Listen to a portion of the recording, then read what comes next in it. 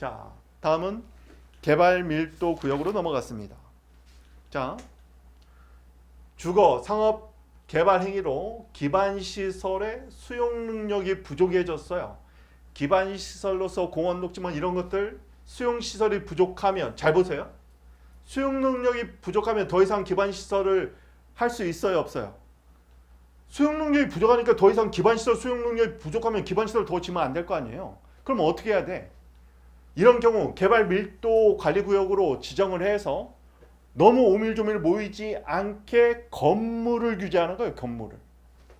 왜냐면 기반 시설을 더 이상 수용할 수 없어. 공간이 안 나와. 그런데 사람들이 자꾸 모이면은 기반 시설이 부족해지잖아요. 그러면 생활의 질이 떨어져 버리잖아. 그러면 건축을 제한시켜 버리는 거예요. 기반 시설은 수용 능력이 부족하니까 더 이상 기반 시설을 새로 설치할 수 없는 거지. 잘 보세요.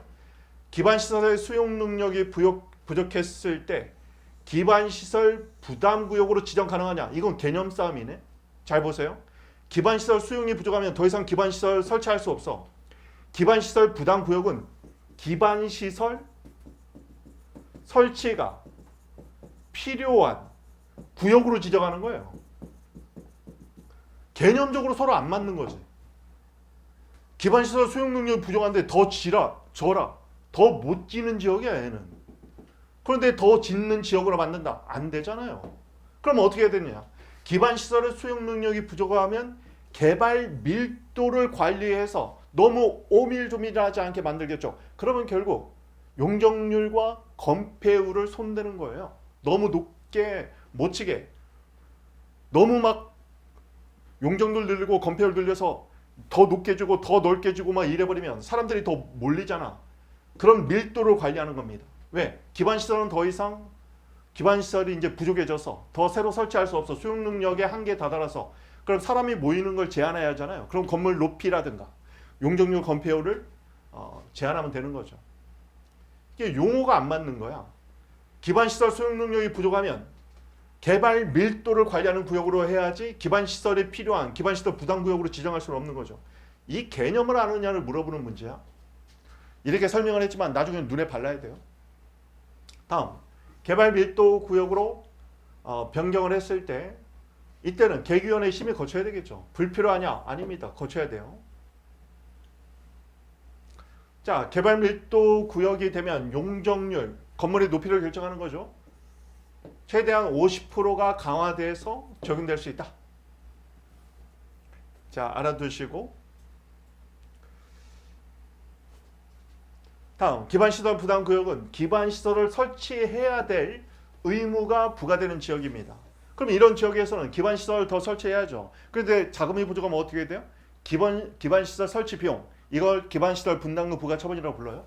그럼 부가처분이 나가는 거지. 여기 볼게요.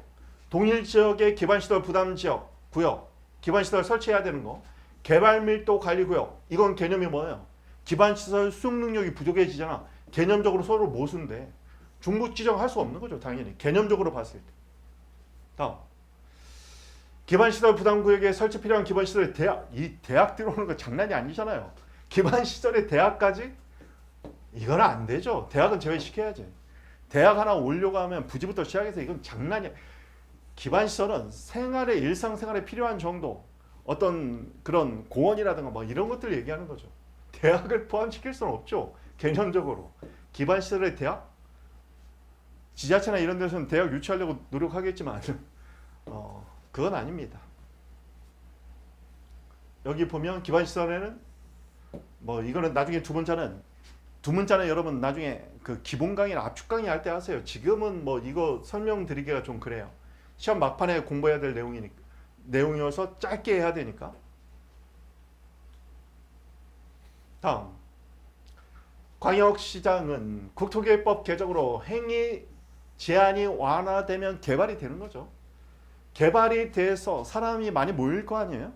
그러면 기반시설이 필요해지겠죠. 그러면 기반시설 부담구역으로 지정을 할 수 있는 거죠. 지정해야 돼. 행위 제한을 완화시키면 개발이 이루어진다. 그러면 사람이 북적북적 모인다. 그러면 기반시설이 부족해지니까 기반시설 설치가 필요하다. 그게 바로 기반시설 부담구역이거든.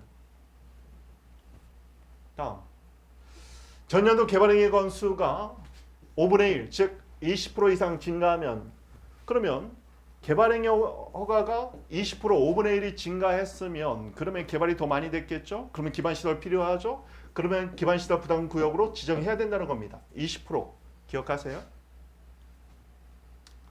다음 기반시설 부담구역 같은 경우도 이것도 중요합니다. 왜냐하면 기반시설 부담구역으로 지정이 되면 기반시설 비용을 나중에 납부할 수 있도록 기반시설 분담금 같은 거 부가처분이 나오거든요. 따라서 도시계획위원회 심의를 반드시 거쳐야 돼요. 법에 그렇게 규정을 하고 있습니다. 그리고 기반시설 부담구역으로 지정을 하면 앞으로 기반시설 설치가 필요하잖아요. 그럼 설치계획이 만들어줘야겠죠. 그리고 이런 시설 설치, 도시계획 시설은 도시관리계획으로 결정되거든. 따라서 관리계획의 내용으로 도시계획 시설에 대한 계획이 여기서 만들어져요.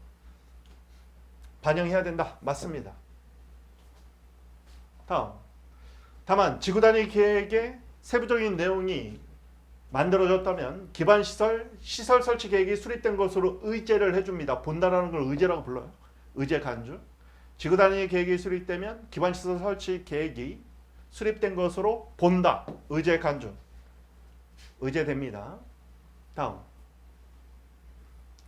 자, 기반시설 부담구역 지정 고시일로부터 1년까지 설치 계획이 수립되어 있지 않다면 1년이 되는 다음날 지정이 해제가 됩니다. 이거 2년이 아니에요. 핵심은 1년입니다. 1년. 기반시설 부담구역으로 지정을 했지만 1년 동안 기반시설 설치 계획이 없다면 그러면 기반시설 설치를 못 하잖아요. 계획이 나와야 되는 거니까.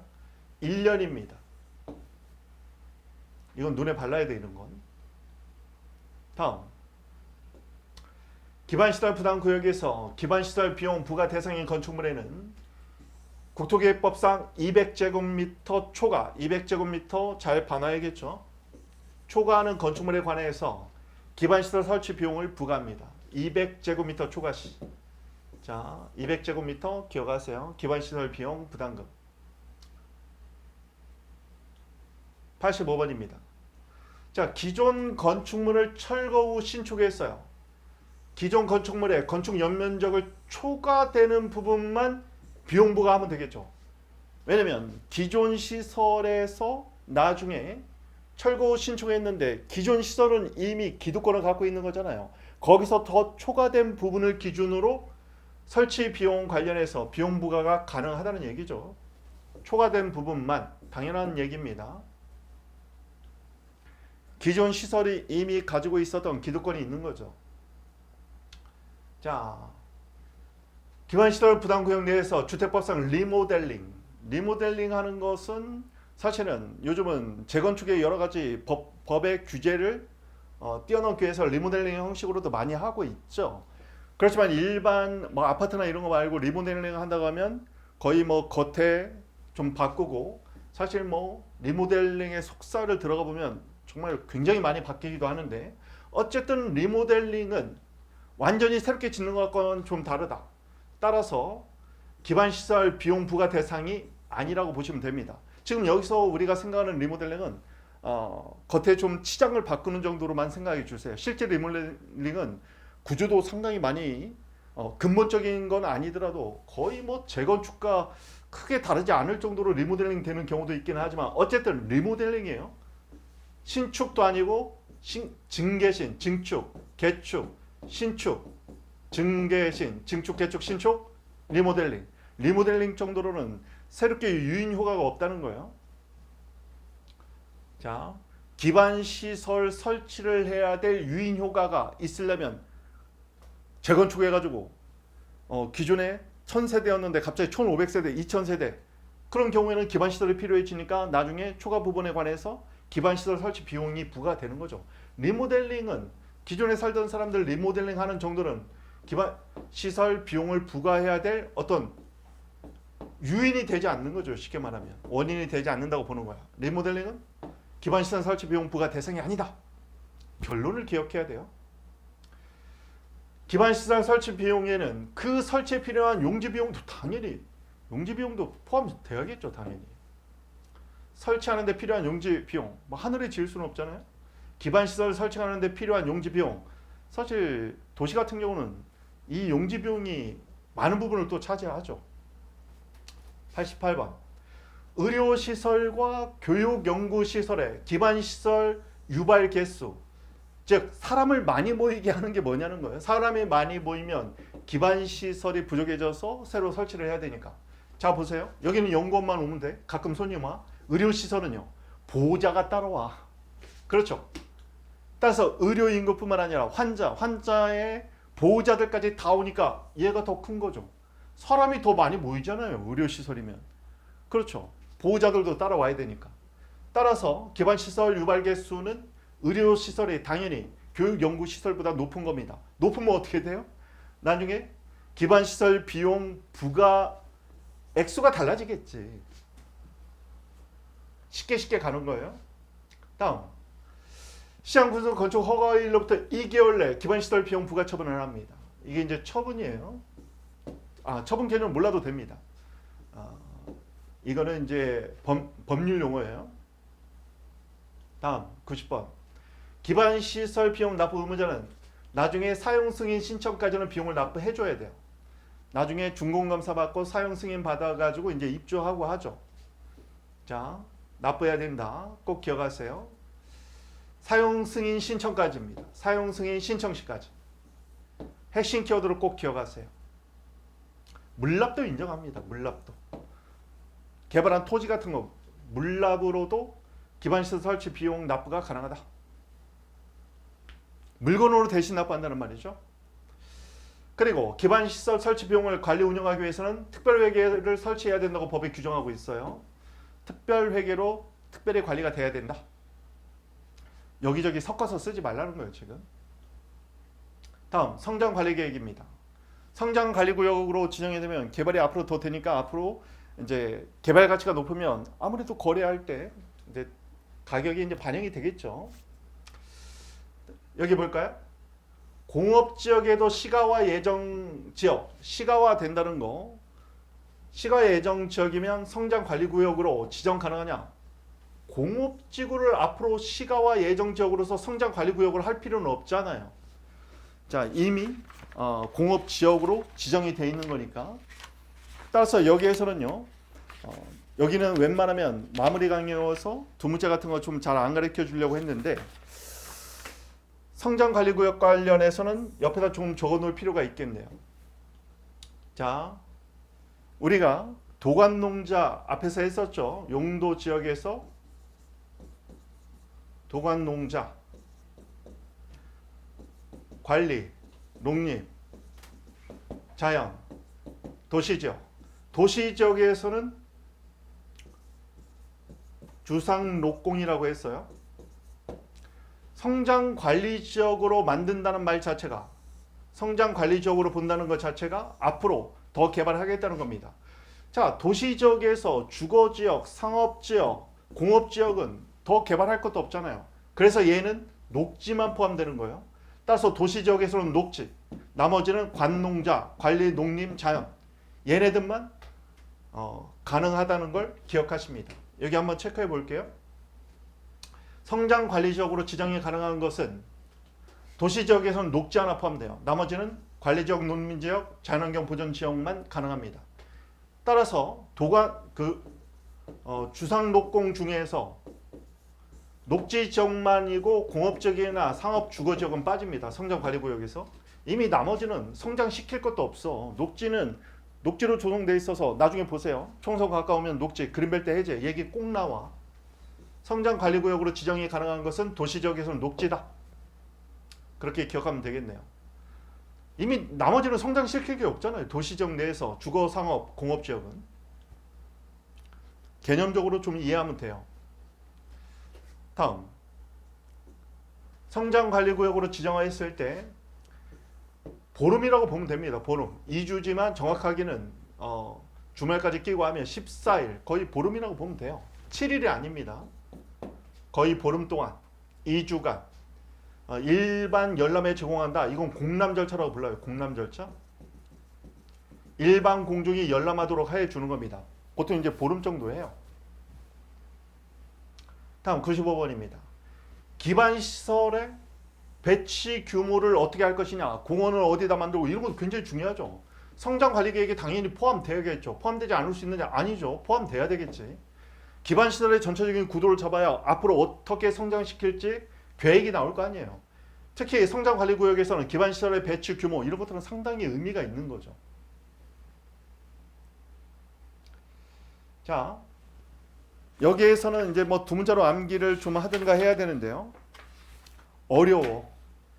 성장 관리 구역 내 계획 관리 지역. 자, 건폐율은 대지 면적에서 건물이 차지하는 비율이죠. 그리고 나중에 용적률도 나올 건데, 건폐율은 성장 관리 구역 내에서 개호, 생삼 이렇게 기억하세요. 특히 건폐율 관련된 겁니다. 건폐율. 계획관리 지역에서는 50%입니다. 50%. 따라서 대지 면적에서 50%만 건축이 가능하다는 얘기죠.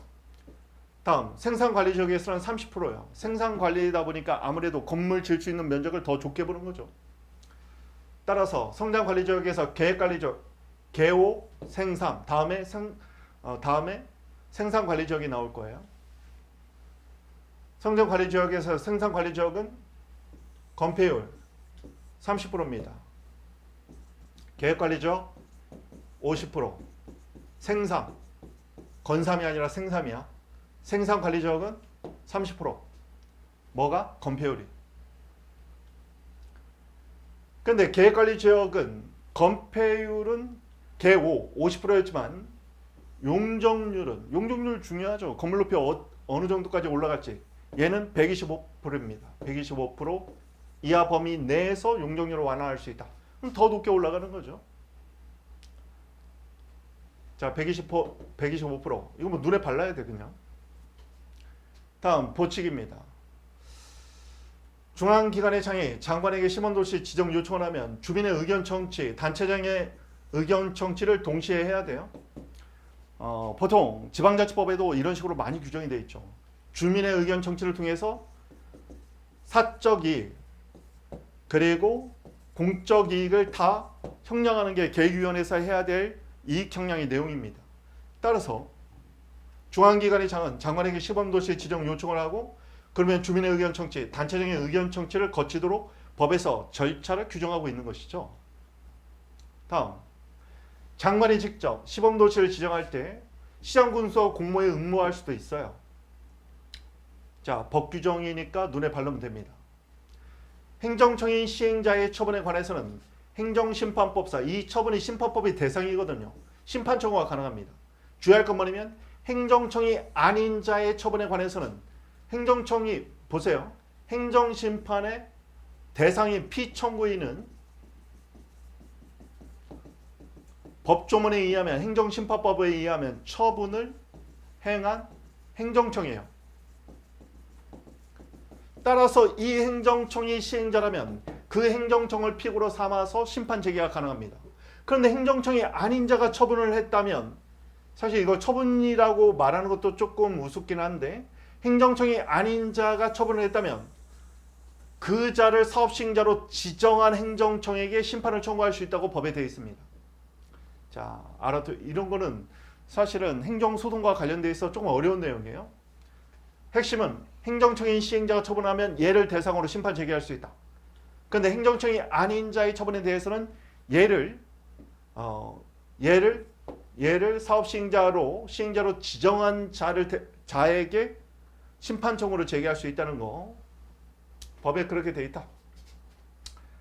국토계획법상 필요적 청문이라는 건 저번에 얘기했죠. 공청회 청문 그리고 개인의 의견 절차가 있는데 의견 진술 절차가 있는데 청문은 청문위원들을 앉혀놓고 거기에 나와서 자기 의견 소명을 하는 거예요.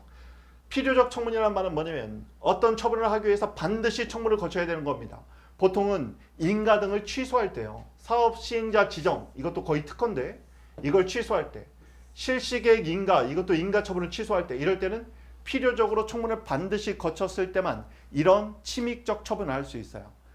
왜냐면 사업 시행자 지정을 취소하면 사업 시행자로서의 법적 지위가 소멸하는 그런 침익적 이익이 침해되는 효과가 있죠. 실시계획 인가가 취소되면 그런 사업 실시 자체를 못하게 돼버리는 거죠. 법에 규정되어 있다. 법에 규정되어 있고 행정절차법은 제22조 1항에 규정하고 있어요. 장관은 도시국 기본계획관리계획이 국가계획에 부합되지 않으면 국가계획과 관련되면 장관이 하는 거죠. 시장군수에게 변경을 요청할 수 있다. 자, 국가계획과 관련되어 있으면 누가 한다? 장관이 합니다. 이걸 도지사로 가면 틀리죠. 국가계획의 취지에 부합하지 않으면 장관이 하지. 도지사 네가 무슨 국가기관도 아닌데 네가 왜 나와서? 그렇게 기억하면 되겠네요. 자, 지금까지 배웠던 걸 빠르게, 이게 중요해요. 이게. 자, 지금부터 빠르게 봅니다. 지구단위 계획은 용도 지역의 일부를 체계적으로 관리하기 위해서 관리계획의 내용으로 결정된다. 알아두셔야겠고, 다음 세개 이상 노선교체의 결절지에는 1km 이내에서 지구단위 계획, 지구단위 구역 지정이 가능하다. 기억하십니다. 택지개발지구는 사업 종료로부터 10년 내 계획을 수립해야 되는데 그 10년 내 계획이 무의 수립되면 지구단위 계획구역으로 지정해야 된다는 거 기억하십니다. 자, 한옥마을 연상단은 뭐였죠? 5, 105. 따라서 100%. 한옥마을 보존 목적의 지구단위 계획에서는 주차장 설치 기준 100% 완화가 가능하다. 105.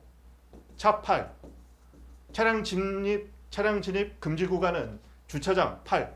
80% 완화 가능하다. 이것도 기억하시고, 그리고 다음에 65번은 도시지역 외관이나 내에서 개발지구가 지정이 되면 건축물 높이가 120% 완화될 수 있다는 거 기억하십니다. 다음, 공사를 목적으로 하는 공사용 가설 건축물은 굳이 지구단위 계획에 맞게 그 요건에 맞게 설치될 필요는 없다는 겁니다. 다음, 개발행위 허가 후 연면적 5% 확대되면 별도로 허가 필요하다. 앞에서 얘기했어요. 다음, 환경오염 방지 조건이라는 이런 조건, 부담이 되는 조건을 허가에 걸 때는 미리 신청인의 의견을 먼저 들어보고 결정해야 된다. 다음, 국가나 지자체는 이행불능에 빠질 일이 없으니까 이행보증금 예치 필요 없다. 다음, 자금 조달 계획은 개발행위 허가 기준에 해당되지 않는다고 봤어요. 그러면 개발행위 허가 기준은 뭐냐? 개발 누가 할 거야? 경매를 도입해서 결정하자. 경매 도입, 경관계, 매립 목적, 도로의 넓이, 임무 벌채는 수반하지 않을 것. 이것들이 조건이었다. 자금 조달 계획은 들어가 있지 않다. 다음, 토지 분할은 이거는 등기 등 서류 처리로 가능하기 때문에 개발행위 허가에 따른 준공검사를 받을 필요가 없다. 준공검사는 보통 건축을 위한 개발행위 허가, 그 다음에 공작물 설치를 위한 건축 허가, 개발행위 허가 이럴 때만 문제가 된다고 했어요. 이게 좀 어렵다고 했죠. 행정청의 아닌 자가 개발행위 허가를 받았어. 그래서 새로 설치가 된 것은 관리청에게 무상기속되겠지만 용도가 폐지된 기존의 공공시설은 누가 가져갈 거냐? 행정청이 아니라면 지출한 비용의 범위 내에서 양도할 수 있다. 무상지속가 아니라고 했죠. 양도할 수 있다. 무상지속은 누구한테? 행정청인 개발행위 허가를 받은 행정청일 때 한다고 앞에서 얘기했어요.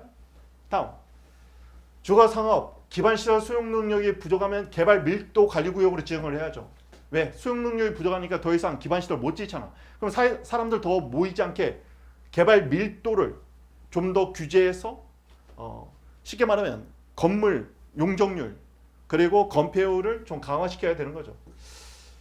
이럴 때 기반시설 수용 능력이 부족할 때 기반시설 부담지역으로 지정해야 되냐? 이건 논리적으로 지금 안 맞아. 얘는 기반시설 부담구역은 기반시설을 설치해야 될 필요성이 있는 지역이거든.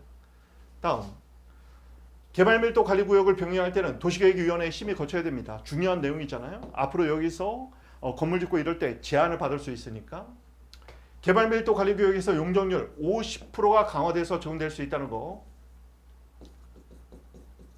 개호 기억하세요. 그리고 동일적의 기반시설 부담지역하고 개발밀도 관리지역, 개발밀도 관리지역은 기반시설 소용 능력이 부족해진 지역인데 기반시설을 더 설치해야 된다. 논리적으로 서로 안 맞다. 중부지적 안 된다. 그리고 기반시설에 대학까지는 포함시킬 수 없는 거죠. 꼬맹이들 뭐 초중고등학교는 모를까? 대학은 아니다. 다음, 행위 제한을 완화시켜서 사람이 많이 모이면 기반시설이 더 필요해지겠죠. 그래서 기반시설 부담구역으로 지정할 수 있다. 지정해야 되는 거죠. 다음, 전년도보다 개발행위 건수가 5분의 1, 즉 20% 이상 증가했다면 그러면 개발이 많이 됐으니까 기반시설도 필요해지죠. 그러면 기반시설 부담구역으로 지정해야 된다. 기반시설 부담구역 같은 경우도 이 지역은 나중에요. 기반시설 비용을 부가 처분하게 되거든. 따라서 이런 경우는 계획위원회 심의를 거쳐야 됩니다. 다음, 기반시설 부담구역으로 지정했다면 앞으로 어떤 식으로 시설을 설치할지 시설 설치 계획이 나와야 된다. 그리고 이런 시설 설치 계획은 관리 계획에 반영이 돼야 되는 거죠. 도시 관리 계획에 도시계획 시설 결정이 이루어지니까. 다음, 지구단위 계획이 수립되면 기반시설 설치 계획이 수립된 걸로 의제해 준다고 했죠. 다음, 기반시설 부담구역의 지정 고시일로부터 1년까지 시설 설치 계획이 수립돼야 되는데 수립되지 않으면 그 다음날 지정이 해제된 것으로 본다. 1년입니다. 다음, 기반시설 부담구역에서 기반시설 비용 부과 대상은 200제곱미터, 이거 200제곱미터를 기억해야 돼요. 200제곱미터를 초과하는 건축물에 대해서 이루어진다. 다음, 철거 신청을 했을 때는 기존 건물에서 초과되는 건축 행위에 관해서만 기반시설 설치 비용이 부과될 수 있다. 리모델링은 기반시설 설치 비용 부과 대상 아니다. 다음 87번입니다. 기반시설 설치 비용은 기반시설 설치에 필요한 용지 비용도 당연히 포함되고 있다. 그리고 기반시설 유발 개수는 사람이 많이 보이는 거, 아무래도 의료시설이 교육연구시설보다 여기는 보호자들, 가족들, 친지들도 따라오니까 기반시설 유발 개수가 더 크겠죠. 다음, 처분권자는 건축 허가일로부터 2개월 내 기반시설 비용 부과 처분을 해야 된다. 그리고 사용승인 신청에서 사용승인 허가가 나오면 그때부터 사용할 수 있잖아요. 사용승인 신청까지는 기반시설 비용 납부해야 된다. 물건으로 대신 납부 가능하다. 다음 92번입니다. 기반시설 설치 비용의 관리 운영을 위해서는 이거 섞어서 마음대로 쓰지 말고 특별회계로 관리해라. 성장관리계획입니다. 시장군수는 공업지역에는 시가 예정지역이라고 해서 성장관리구역으로 지정할 수 없다고 했죠. 성장관리계획이 되려면 도시계획계에서는 녹지만이야. 나머지는 가능합니다. 도관농자에서 관농자는 다 되고 도시지역은 녹지만 포함되어 있다. 왜냐면 공업지역이나 상업지역 이런 것들은 뭐 성장 관리를 해서 앞으로 더 개발을 이끌어낼 이유가 없는 거죠. 성장관리구역으로 지정을 하면 보통 보름 14일간 일반 공중의 열람, 이걸 공람이라고 부른다고 했죠. 14일입니다. 그리고 기반시설의 배치 규모는 성장관리계획에 반드시 포함되어 있어야 돼요. 포함되지 않을 수 있느냐? 아니에요. 포함돼야 돼요. 다음, 성장관리구역의 계획관리구역의 건폐율 완화, 개5, 50%라고 했어요. 생산관리지역은 30%라고 했습니다. 개5 생산. 그리고 계획관리지역 내 용적률은 125% 완화될 수 있다. 125%. 건폐율은 보통 100% 이하로 설정이 많이 되죠. 용적률 같은 경우는 한층 더 올리고 이러면 100% 이상으로 많이 가요. 다음, 중앙기관의 장이 장관에게 시범도시를 지정 요청하면 주민의 의견 청취 또 단체장의 의견 청취하도록 절차를 규정하고 있다. 그리고 장관이 직접 시범도시를 지정하면 시장 군수도 공모에 응할 수 있다는 규정이 있어요. 그리고 행정청이 시행장애 처분에 관해서는 행정심판을 예한 때 제기할 수 있고, 다만 행정청이 아닌 자의 처분에 관해서는 지정을 한 자에게 심판 청구해야 된다. 국토계획법상 필요적으로 반드시 청문을 거쳐야 되는 것은 일정한 실시기 지정 취소, 사업 시행자를 지정하는 거, 이것도 특허적 성격이 있거든요. 특허를 취소하는 거, 실시계획 인가를 취소하는 거, 이런 취소일 때다.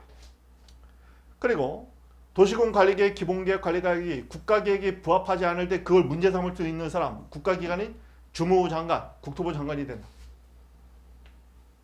여기까지입니다. 자, 다시 한번 강조 드리는데요. 여러분 지금 복습용으로 해서 쟁점의 이름만 쭉 얘기하잖아요. 이건 앞에서부터 누적적으로 계속 봐야 돼요. 아침 저녁으로. 그러면 시험 직전에 여러분 15분이면 훑어볼 수 있어요. 그래서 답을 그냥 딱 찍어내는 거야. 이게 변호사 시험이 있는 TRS 학습법이라고 불러요. 트리플 리마인드 스타디. 그래서 여러분이 시험 전에 30분이면 그냥 끝나. 30분 이거 보면, 그리고 다음날 아침에 한번 훑어보고 입실 전에 한번 15분 동안 보면 부동산 공법은 적어도 부동산 공법이 50점 이하 내지는 30점 이하가 과락 나올 걱정은 전혀 안 해도 됩니다. 자, 시키는 대로 한번 해보세요. 뭐 변호사 시험이든 뭐 5급 공채 행시든 다들 이렇게 공부해요. 다들. 여러분도 할 수 있습니다.